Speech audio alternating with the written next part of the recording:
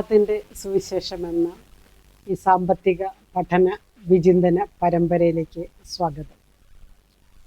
ഓരോ എപ്പിസോഡിലും നമ്മൾ സമ്പത്തിനെ എപ്രകാരം പരിപാലിക്കണമെന്നും എങ്ങനെ കൈകാര്യം ചെയ്യണമെന്നും എങ്ങനെ വളർത്തണമെന്നും അത് മറ്റുള്ളവർക്കും നമുക്ക് ഉപകാരപ്രദമായ രീതിയിൽ എപ്രകാരം വിനിയോഗിക്കപ്പെടണമെന്നും നമ്മൾ കൂട്ടത്തോടെ ചിന്തിക്കുകയാണ്.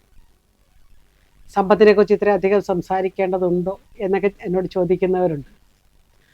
സമ്പത്ത് ദൈവം നമുക്ക് ദാനമായി തന്നതും നമ്മുടെ ജീവിതത്തെ കുറെ കൂടി ക്രമപ്പെടുത്താൻ വേണ്ടി, കുറെ കൂടി മനോഹരമാക്കാൻ വേണ്ടി ദൈവം അനുവദിച്ചിരിക്കുന്ന ഒരു കൃപയുടെ തലമായിട്ട് വേണം നമ്മൾ കാണാൻ. ഈ കൃപയെ സ്വീകരിക്കാനും വളർത്താനുമുള്ള ഉത്തരവാദിത്തമാണ് നമുക്കുള്ളത്. ഈ ഉത്തരവാദിത്തം മനോഹരമായി നടത്തിക്കൊണ്ടുപോയ ഒരു കുടുംബത്തെ അടുത്ത കാലത്ത് ഞാൻ പരിചയപ്പെട്ടു. സർക്കാർ ഉദ്യോഗസ്ഥനായ ഭർത്താവും 3 പെൺമക്കളും അടങ്ങുന്ന ഒരു ജാനിയമ്മയുടെ കുടുംബം.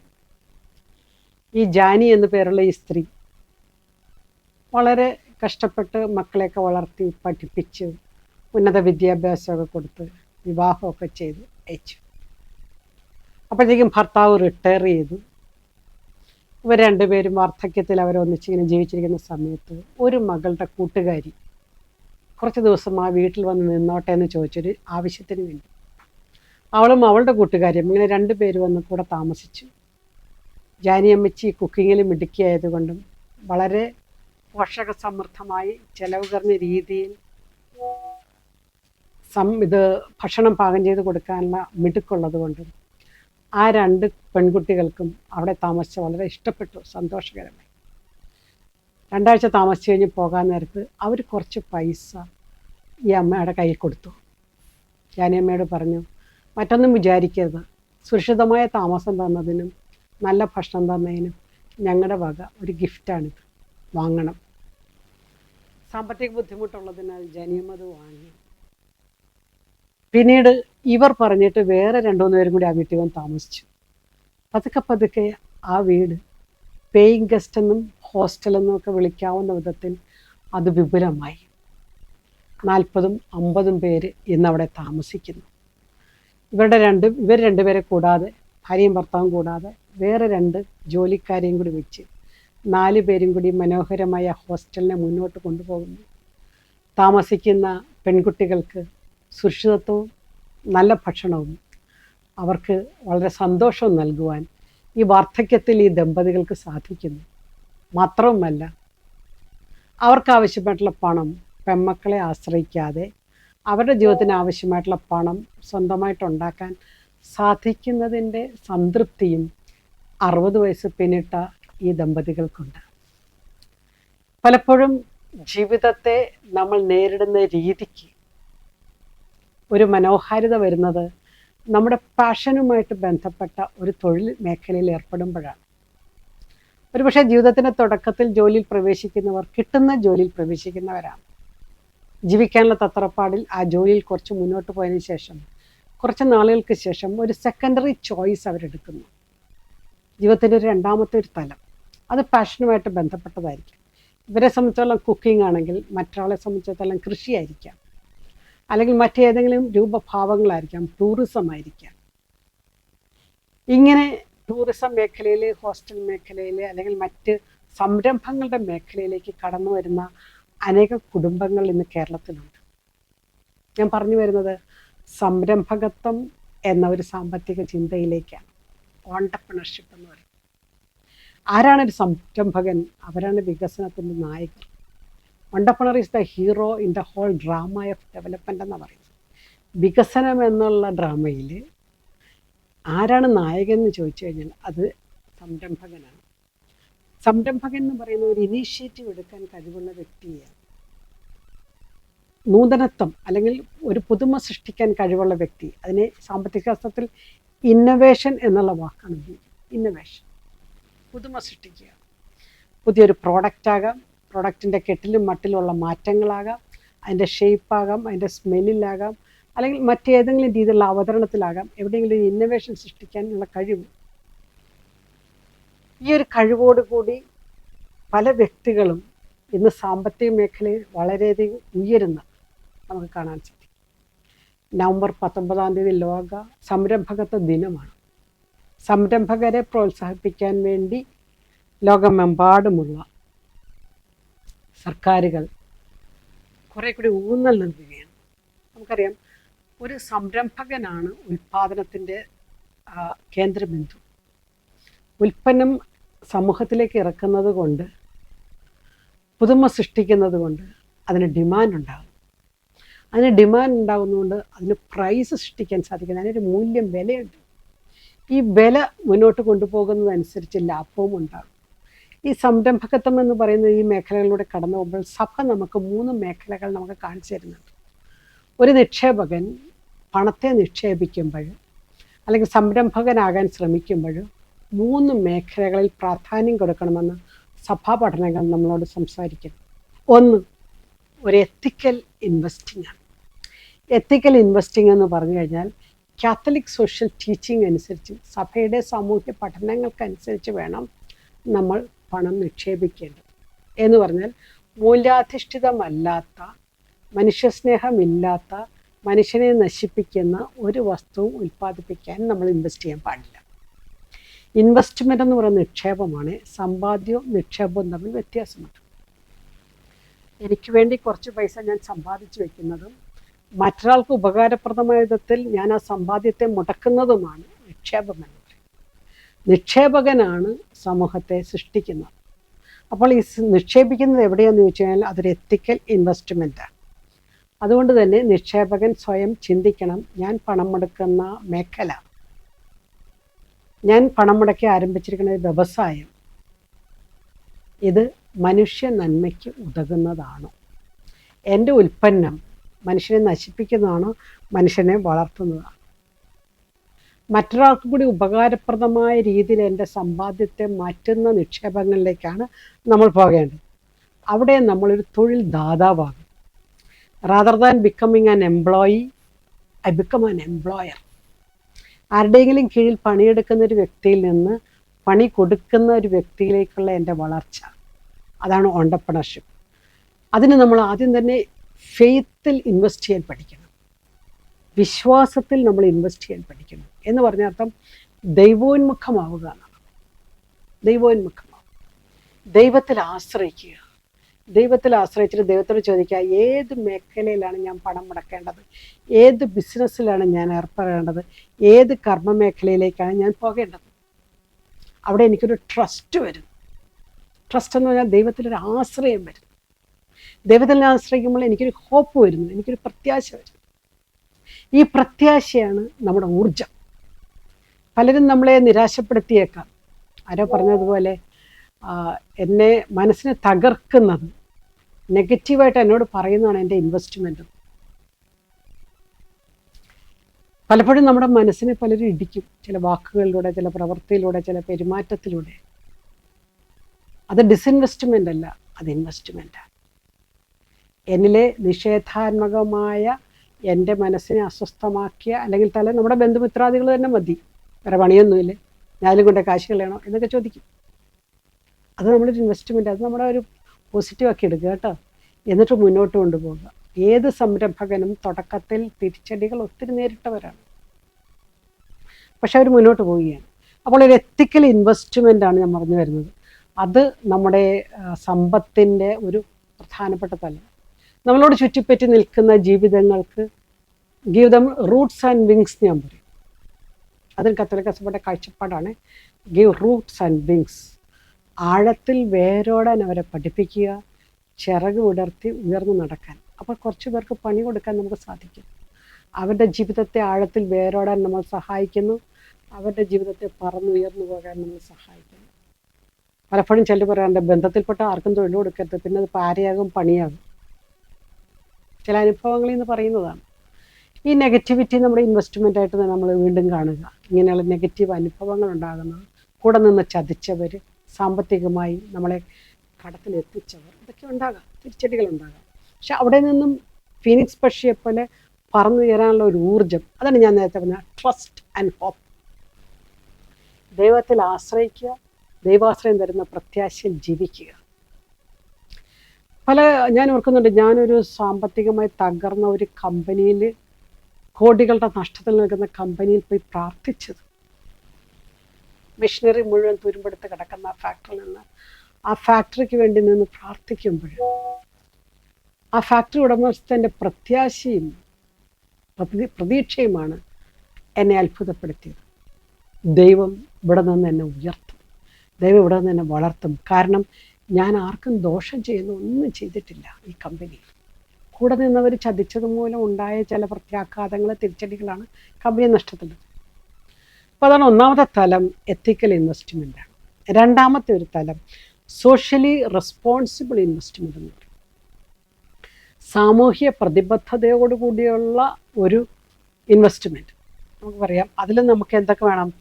ഒരു സോഷ്യൽ ജസ്റ്റിസ് വേണം, സാമൂഹ്യ നീതിയുടെ തലമുണ്ട്, ഒരു സസ്റ്റൈനബിലിറ്റി, നിലനിന്ന് പോകുന്ന ഒരു സാധനമാണെന്ന് ഓർക്കാം. ചില വിദ്യാഭ്യാസ സ്ഥാപനങ്ങളിൽ ചെല്ലു തുടങ്ങുമ്പോൾ അവർ സസ്റ്റൈനബിലിറ്റിയാണ് നോക്കുന്നത്.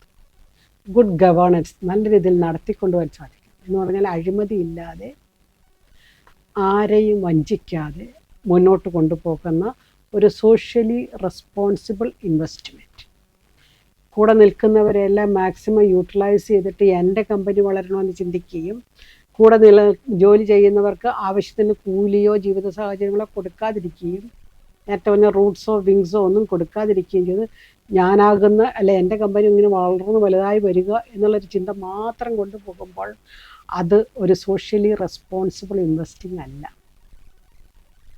വികസനം എന്ന് പറയുന്നത് ഒരു ദൈവവിളിയുടെ കാഴ്ചപ്പാടിൽ നമ്മൾ കാണുമ്പോൾ ഈ ലോകത്തെ കുറച്ചുകൂടി മെച്ചപ്പെടുത്താനുള്ള ഉത്തരവാദിത്തമാണ് എനിക്കുള്ളതെന്ന് ചിന്തിക്കുമ്പോൾ, ആ രീതിയിലുള്ളൊരു നിക്ഷേപത്തെക്കുറിച്ച് നമ്മൾ ചിന്തിക്കുമ്പോൾ ഒരു സോഷ്യലി റെസ്പോൺസിബിൾ ഇൻവെസ്റ്റ്മെൻറ്റിലേക്ക് വരിക. സോഷ്യലി റെസ്പോൺസിബിൾ ഇൻവെസ്റ്റ്മെൻറ്റ് എന്ന് പറയുമ്പോൾ സാമൂഹ്യ പ്രതിബദ്ധതയോടുകൂടി ഞാനിനെ കാണണം. എനിക്ക് മാത്രം വളർന്നാൽ പോരാ, എൻ്റെ കമ്പനിയുടെ ലാഭവും നേട്ടവും എനിക്ക് മാത്രമെന്ന് പറയുമ്പോൾ ചില കമ്പനികളൊക്കെ നിങ്ങൾ ശ്രദ്ധിച്ചിട്ടുണ്ടാകുമല്ലേ, 10 വർഷം കഴിയുമ്പോൾ ഒന്ന് നന്നായി ഫ്ലറിഷ് ചെയ്ത കമ്പനി 10 വർഷം അല്ലെങ്കിൽ മാക്സിമം 20 വർഷം കഴിയുമ്പോൾ ഒന്നുമല്ലാതായി മാറുന്നത് കണ്ടിട്ടുണ്ട്. ആ കമ്പനിയെ ആരും ആശ്രയിക്കുന്നില്ല, ആ കമ്പനിയുടെ വസ്തുക്കൾ ആർക്കും വേണ്ട, ആ കമ്പനിയിലേക്ക് ആരും വരുന്നില്ല. കാരണം കഴിഞ്ഞ 20 വർഷങ്ങളിൽ അവരെടുത്ത അൺഎത്തിക്കലായിട്ടുള്ള ചില പോളിസികളാണ്. അപ്പോൾ സോഷ്യലി റെസ്പോൺസിബിൾ ഇൻവെസ്റ്റ്മെൻറ്റാണ് രണ്ടാമത്തെ തലം. മൂന്നാമത്തെ ഒരു തലം ഡൈവേഴ്സിഫിക്കേഷനാണ്. ഡൈവേഴ്സിഫിക്കേഷൻ പറഞ്ഞാൽ വികേന്ദ്രീകരണം എന്ന് പറയും. ഉൽപ്പന്നങ്ങളുടെ വികേന്ദ്രീകരണം. നിങ്ങൾ ശ്രദ്ധിച്ചിട്ടുണ്ടോ, ചില കമ്പനികൾ തുടങ്ങുമ്പോൾ ഒരു സാധനമായിരിക്കും ഉൽപ്പാദിപ്പിക്കുന്നത്, തുടർന്ന് അവരെന്താ ചെയ്യുന്നു, അതിനോട് ചേർന്നപ്പെട്ട ഒരു മസാലപ്പൊടിയായിട്ട് തുടങ്ങിക്കാണും, കുറച്ച് കഴിയുമ്പോൾ പിക്കിളിലേക്ക് മാറുന്നു, അച്ചാറുകളിൽ നിന്ന്, കുറച്ച് കഴിയുമ്പോൾ മറ്റ് ചില ബേക്കറി സാധനങ്ങളിലേക്ക് മാറുന്നു, കുറച്ച് കഴിയുമ്പോൾ ശ്രദ്ധിച്ചിട്ടുണ്ട്. ഇതിനാണ് ഡൈവേഴ്സിഫിക്കേഷൻ എന്ന് പറയുന്നത്. പല രീതിയിലുള്ള ഉൽപ്പന്നങ്ങൾ, പ്രോഡക്റ്റ് ഡൈവേഴ്സിഫിക്കേഷൻ എന്ന് പറയും. പല ഉൽപ്പന്നങ്ങൾ, അപ്പോൾ പാഷൻ അനുസരിച്ച്, രീതി അനുസരിച്ച്.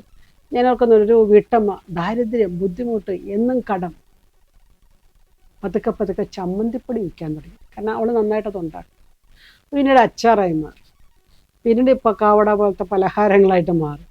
ഇന്ന് നല്ല ടേൺ ഓവറുള്ള 500-ലധികം തൊഴിലാളികളുള്ള 500 കുടുംബങ്ങൾ അവിടെ മൂലം ജീവിക്കുന്നു എന്നുള്ളതാണ്. കുടുംബങ്ങളുള്ള വലിയൊരു യൂണിറ്റായിട്ട് അവളുടെ പ്രസ്ഥാനം മാറുന്ന ഞാൻ ഓർക്കുന്നുണ്ട്. ഇതിനെല്ലാം കാരണം ഒരു പാഷനാണ്, ആ ചമ്മന്തിയോടുള്ള പാഷനാണ് കേട്ടോ തുടക്കത്തിൽ. ഇങ്ങനെ ഡൈവേഴ്സിഫിക്കേഷൻ ഓഫ് ദ പ്രോഡക്ട്സ് എന്ന് പറയും, ഉൽപ്പന്നങ്ങളുടെ വൈവിധ്യം എന്ന് പറയും. ദൈവം മനുഷ്യൻ നൽകിയിരിക്കുന്ന ഒരു ലോങ് ടേം പ്ലാനിങ്ങിനുള്ള കഴിവ് ഉപയോഗിച്ച് കൊണ്ട് നമുക്കിങ്ങനെയൊക്കെ മുന്നോട്ട് കൊണ്ടുപോകാൻ സാധിക്കുക.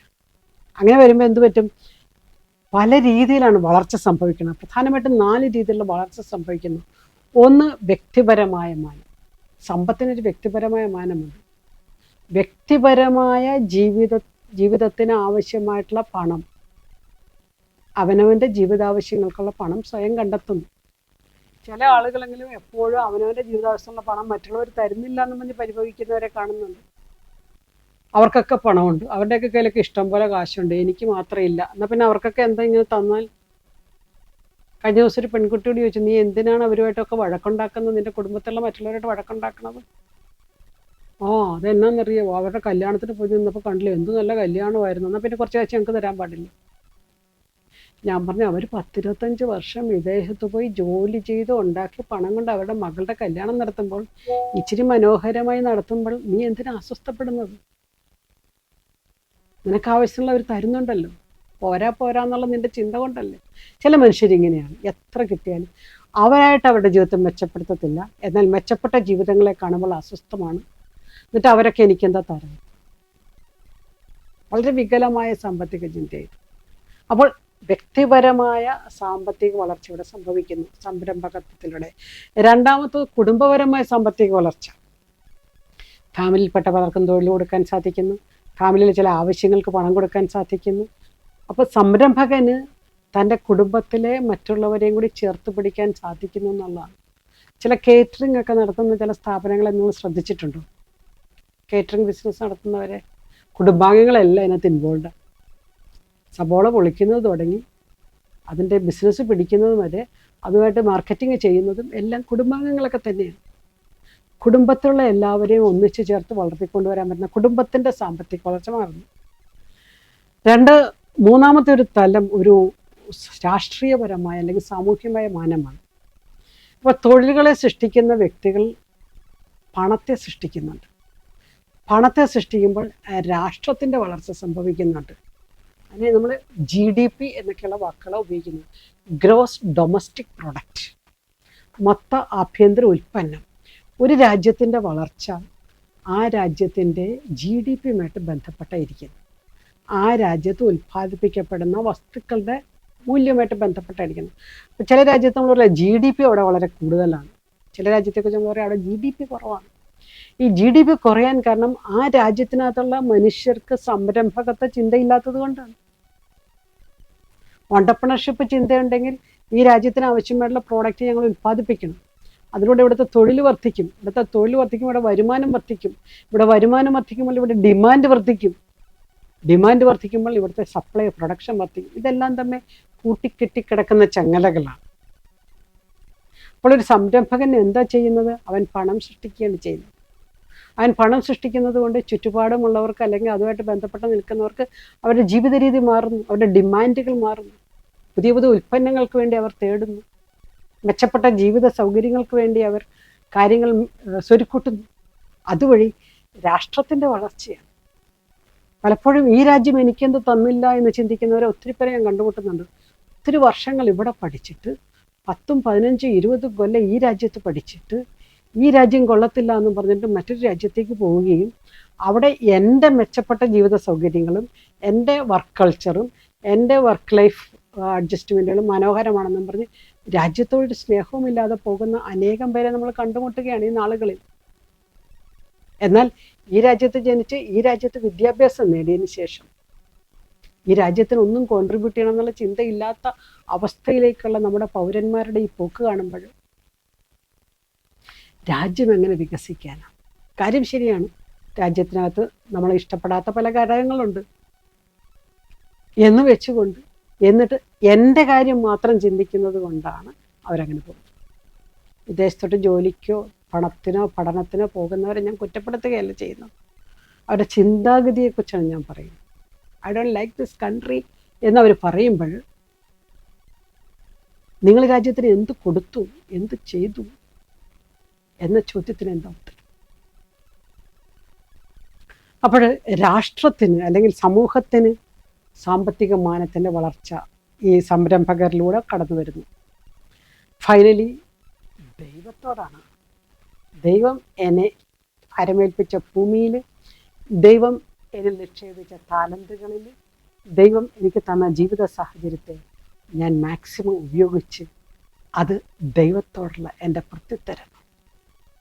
നമ്മൾ സാധാരണ പറയുന്ന പോലെ my life is a gift from God. How do I lead my life is my gift to God. എൻ്റെ ജീവിതം ദൈവം എനിക്ക് തന്ന സമ്മാനമാണ്.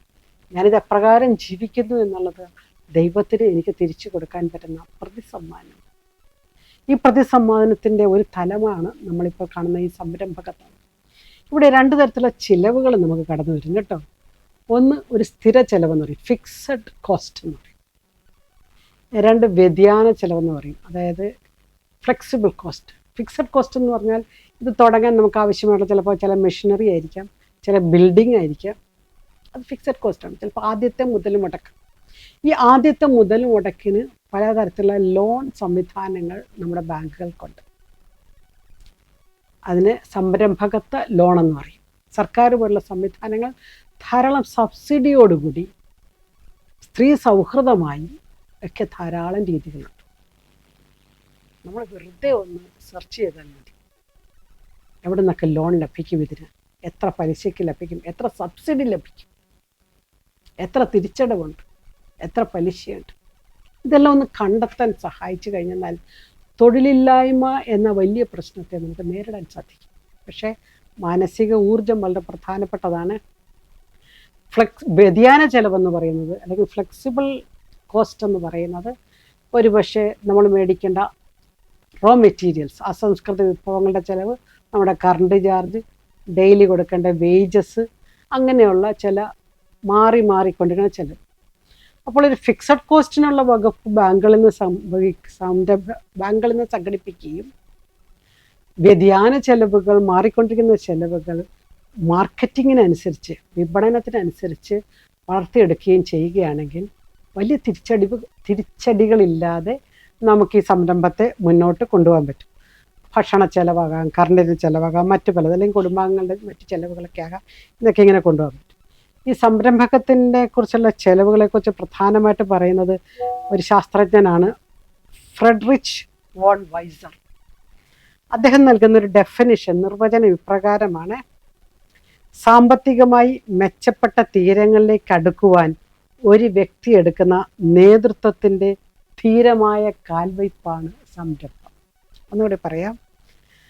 സാമ്പത്തികമായി മെച്ചപ്പെട്ട തീരങ്ങളിലേക്ക് അടുക്കുവാൻ ഒരു വ്യക്തി എടുക്കുന്ന നേതൃത്വത്തിൻ്റെ ധീരമായ സ്റ്റെപ്പാണ്, അല്ലെങ്കിൽ പടവാണ് സംരംഭം എന്ന് പറയുന്നത്. അപ്പോൾ ഇതൊരു ലീഡർഷിപ്പാണ്. ഇത് ജീവിതം മെച്ചപ്പെടണമെന്നുള്ള ആഗ്രഹത്തിൻ്റെ ചുവടുവയ്പ്പാണ്. എൻ്റെ ജീവിതം ഇങ്ങനെ ആയിപ്പോയി എന്നും പറഞ്ഞ് കഷ്ടപ്പെട്ടിരിക്കാനുള്ളവരല്ല നമ്മളാരും. അയ്യോ, ഞാൻ ഈ കുടുംബത്തിൽ ജനിച്ചതുകൊണ്ട്, അല്ലെങ്കിൽ ഈ നാട്ടിൽ ജനിച്ചതുകൊണ്ട് ഞാൻ രക്ഷപ്പെടുന്നില്ലേ എന്ന് പറഞ്ഞിരിക്കാനുള്ളതല്ല. ഇതൊരു ധീരമായ കാൽവയ്പ്പാണ്, ഇതൊരു ലീഡർഷിപ്പാണ്, ഇതൊരു നേതൃത്വമാണ്. എൻ്റെ ജീവിതം മെച്ചപ്പെടണമെന്നുള്ള ആഗ്രഹമാണ്. അപ്പോൾ ഇവിടെ വാങ്ങിക്കുന്നതിന് ഉപഭോക്താവും പ്രൊഡ്യൂസറും, രണ്ടുപേരും, the consumer and the producer, രണ്ടുപേർക്കും നേട്ടം വരുന്ന രീതി. ചില സാധനങ്ങൾ നമുക്ക് ലഭ്യമാകുമ്പോൾ നമുക്കറിയാം, അയാൾ ആ ഫാക്ടറി തുടങ്ങിയത് കൊണ്ട് അയാൾ ഈ സംരംഭം തന്നെ. വളർന്നു വരുന്ന ഇന്ത്യയുടെ സാമ്പത്തിക വ്യവസ്ഥയിൽ നമുക്കറിയാം, അനേകം സാമ്പത്തിക വ്യക്തികൾ നേട്ടങ്ങൾ ചെയ്തതുകൊണ്ടാണ് അത് വളരുന്നത്. അപ്പോൾ ആ രീതിയിലുള്ളൊരു സംരംഭം തുടരാൻ ചിലർ ആകസ്മികമായിട്ട് ഈ രംഗത്ത് ചെന്ന് പെടുന്നവരുണ്ട്, ചിലർ സ്വയം തിരഞ്ഞെടുത്ത് വരുന്നവരുണ്ട്, ചിലർ ചിലരുടെ പാഷൻ അനുസരിച്ച് തീരുമാനങ്ങൾ എടുത്തവരുണ്ട്. എപ്പോഴും നമ്മുടെ രണ്ടാമത്തെ ജോലിയാണ് കൂടുതൽ സംതൃപ്തി തരാറ്, ആദ്യത്തെ ജോലിയല്ല. നമ്മുടെ രണ്ടാമത്തെ ജോലിയാണ് കൂടുതൽ സംതൃപ്തി തരാറ്. അപ്പോൾ അധ്വാനിക്കാനുള്ള മനസ്സുണ്ടാവുക, അതാണ് അടിസ്ഥാന മൂലധനം കേട്ടോ. ഇതിനൊക്കെയുള്ള കാശുണ്ട് എവിടെ നിന്നാന്ന് എന്നോട് ചോദിച്ചു കഴിഞ്ഞാൽ ഞാൻ പറയും, അടിസ്ഥാന മൂലധനം എന്ന് പറയുമ്പോൾ, ബേസിക് ക്യാപിറ്റൽ എന്ന് പറയുന്നത് അധ്വാനിക്കാനുള്ള മനസ്സുണ്ടാവുക എന്നുള്ളത്. അപ്പം നമുക്ക് അഭിനിവേശം തരുന്ന കാര്യങ്ങളിൽ നമ്മുടെ ഊർജം നമ്മൾ ചെലുത്തുമ്പോൾ നമുക്കത് മനോഹരമായിട്ട്, അതൊരു ചൈതന്യമായിട്ട് നമ്മൾ നിലനിൽക്കുകയാണ്. അങ്ങനെ നമ്മുടെ ചുറ്റുപാടുമുള്ളവരുടെയും ജീവിതം മെച്ചപ്പെടുത്തുമ്പോൾ വ്യക്തിപരമായി നമ്മുടെ സാമ്പത്തികം വളരുന്നു, കുടുംബപരമായി നമ്മുടെ സാമ്പത്തികം വളരുന്നു, സമൂഹത്തിൻ്റെ വളരുന്നു, രാഷ്ട്രത്തിൻ്റെ വളരുന്നു, ദൈവത്തിൻ്റെ സ്വപ്നവും നമ്മളിലൂടെ പൂവണിയുന്നു. നന്ദി.